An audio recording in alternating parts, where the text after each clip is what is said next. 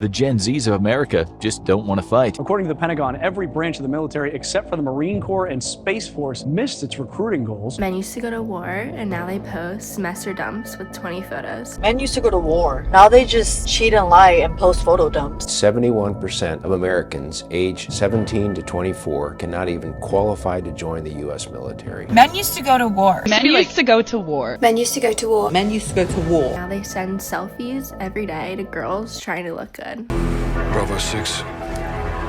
Going dark. When enough men feel like the system in their country has been completely stacked against them and corrupted, and that there's no point in putting their life on the line for it, men are going to take the hint and keep their asses from getting shrapnel in it. Now there's an influx of online content discussing the sharp decline of young people joining the military to serve the country. If you watch any of these videos on YouTube, you will be bombarded with a barrage of comments from Gen Z and even millennial men bluntly articulating the reasons they refuse to rise to the occasion, yet military experts and older generations seem to be puzzled and can't put their finger on why this is happening. Is it because the younger generations are too soft and lazy, the shrinking list of notable benefits for service members? Or is Gen Z awakened to the fact that the United States military does not serve the needs of their own country, instead they serve the needs of another country, greedy corporations, and politicians? All of these questions will be answered in today's video.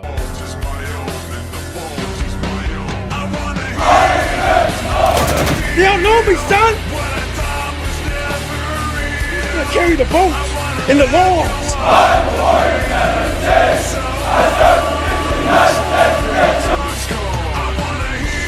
When the question of why young men are no longer serving in the military arises, you often see a bunch of different answers from experts, like the military becoming woke, or a lot of Gen Z being incapable of adhering to military physical fitness standards, and all of this is complete and utter bullshit. Smoke and mirrors. Over the last 5 to 10 years, we've seen a cultural shift in young men like never before in the United States of America. It turns out the real answer is quite simple. The reason most young men are not joining the military anymore is because it's not fucking worth it. Because you are signing away your autonomy to become a golem until your contract ends or you have a bullet in your head. But bro, joining the military isn't about the money. It's about serving your country and protecting the people back home that are most important to you. No, it fucking isn't, you dumbass. Because you're not serving the needs of your own country. You are serving the needs of a foreign nation in a war that we likely don't even need to be involved in. This is glaringly obvious to anyone with an IQ above room temperature. Even if you were serving for your country, which you're not, look around. Do you really think Gen Z men want to put their life on the line for a country that could not give two singular fucks about them? No, of course not. If young men are rejecting the system by not getting married, not moving out of their parents' house, and not working in greater and greater numbers, then why would they instead decide to potentially go and die for Israel? Now I get the appeal. You can join the military and acquire traits like discipline and order and structure in your life. All of these things are useful traits for young men to have. But you can also learn how to do those things back at home instead of in a war zone where you're getting your leg blown off by a terrorist organization probably funded by an American intelligence agency. I also understand because I at one point in my life joined the military, but I knew the whole time I was doing it that I wasn't serving my country. I just wanted health insurance and to wear pajamas to work. The truth is, a lot of Gen Z aren't as stupid as the older generation politicians and military recruiters seem to think they are. A lot of them simply see the writing on the wall and don't want to fight a war to make greedy dickheads in suits and oil companies more money. So disrespectfully, Pete Hegseth and the rest of the Department of Defense can take their low recruiting numbers and shove them up their fucking asses. The military has been in deep shit for the last few years trying to find recruits. Military.com has deduced that the recruitment issue is male and that the lack of young men has really hurt their goals. Recruiters have even been posting up at events like esports and Comic-Con to try and combat the drop in recruitments. This is very desperate. The only reason I can surmise that they're doing this is because they're trying to ride the hype off of, yo bro, look at Call of Duty Modern Warfare 2. Isn't that cool? Now imagine doing that in real life while your wife back home fucks the mailman. To most men, this is a nightmare and a half. Playing first-person shooter games as a young boy and actually paying attention makes you realize how ugly war can be. When you combine that with all the additional factors, it's no surprise why Zoomers have completely turned their back on the United States military. Now the next question is, what's going to happen because of these low recruiting numbers? Some of the older generations have resorted to feeble feeble attempts of gaslighting Gen Z and calling them weak for not wanting to join the military. I predict that as these low recruitment numbers get worse and worse, the American media will start to try and shame young men for not wanting to bleed for a country that hates them using some sort of white feather tactic where they use propaganda and try to manipulate you for not wanting to sign up for military service. Now, if old people are really going to start doing this on the news and the media,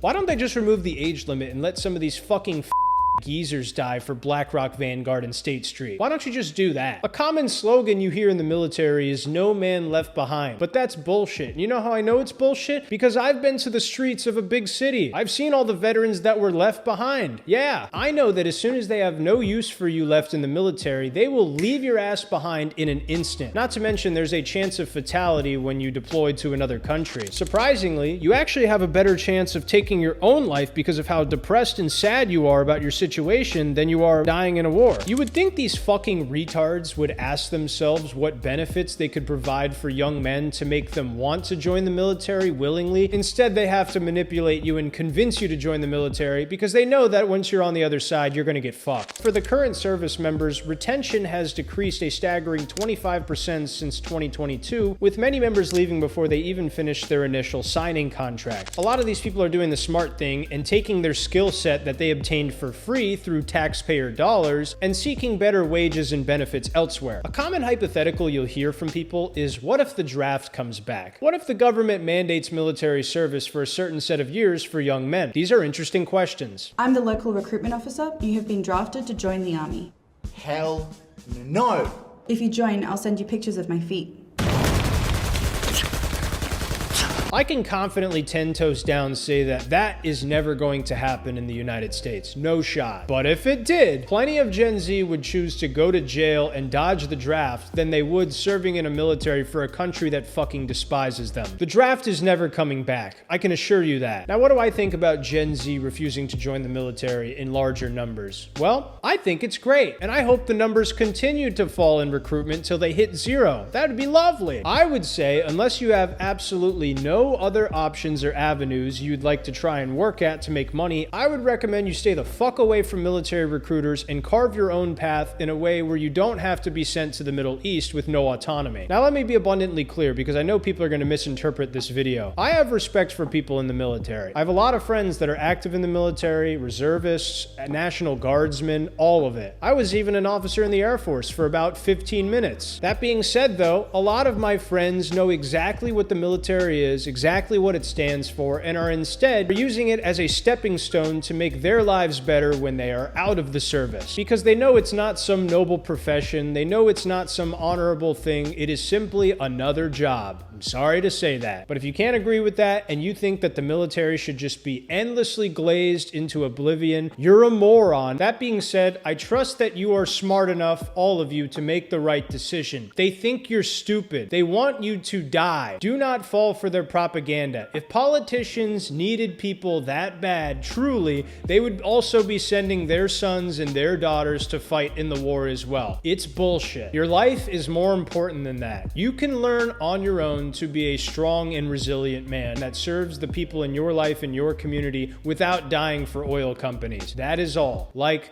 comment, subscribe, hype the video. Iceman out.